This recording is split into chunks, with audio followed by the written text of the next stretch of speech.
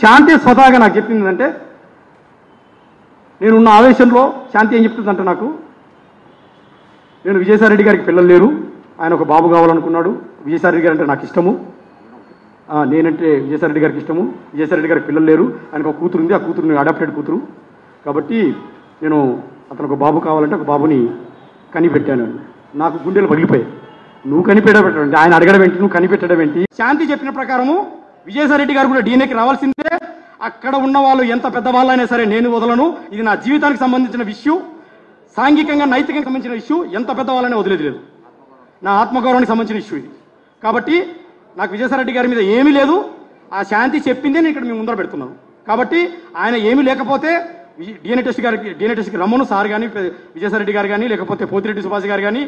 ఒకవేళ విజయసాయిరెడ్డి కాకపోతే ఇదే మీడియా మిత్రుల ముందర సాష్టాంగ నమస్కారం చేసి బేషరతుగా సారీ చెప్తాను సార్కి, బేషరతుగా సారీ చెప్తాను సార్కి. ఒకవేళ ఉంటే I don't know, next repercussions ఎలా ఉంటాయో నాకు తెలియదు. బట్ నా జీవితం అయితే పాడైపోయింది. నాకు ఇప్పుడు డిఎన్ఏ టెస్ట్ కావాలి, ఆ ఫాదర్కి బేబీ ఎవరో తెలియాలి. For more videos, subscribe to BCN channel. గంట మర్చిపోకండి, కొట్టేసేయండి. Please subscribe BCN channel. Please subscribe BCN channel. ఇందులో మీకు కావాల్సిన అన్ని రకాల హంగులు ఉంటాయి. Hi, this is MM Sri Lanka. Please subscribe to BCN channel.